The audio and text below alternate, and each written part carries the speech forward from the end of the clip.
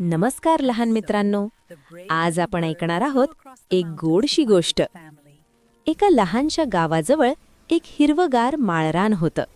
त्या माळरानावर एक काळा गोड कावळा राहत होता. उन्हाळ्याचे दिवस होते. सूर्य खूप तापत होता. कावळ्याला खूप तहान लागली होती. तो इकडे तिकडे उडत पाणी शोधत होता, पण कुठेही पाणी दिसत नव्हतं. थोड्या वेळाने तो थकून एका झाडावर बसला. खाली पाहिलं तर त्याला एक मातीचा घडा दिसला. कावळा आनंदाने खाली उतरला. घड्यात डोकावून पाहिलं तर त्यात थोडंसंच पाणी होतं. कावळ्याने चोच घड्यात घातली, पण पाणी फार खाली होतं. त्याची चोच पाण्यापर्यंत पोहोचत नव्हती. कावळा थोडा निराश झाला, पण त्याने हार मानली नाही. तो म्हणाला, मी काहीतरी उपाय शोधलाच पाहिजे. कावळ्याने आजूबाजूला पाहिलं. त्याला छोटे छोटे दगड दिसले. त्याच्या मनात एक कल्पना आली. तो एक एक दगड उचलून घड्यात टाकू लागला.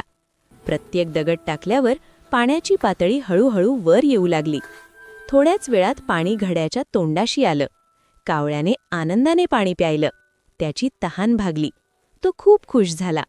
कावळा म्हणाला, अक्कल वापरली तर प्रत्येक अडचणीवर उपाय सापडतो. या गोष्टीतून आपण काय शिकलो? अक्कल वापरली तर उपाय सुद्धा सापडतो.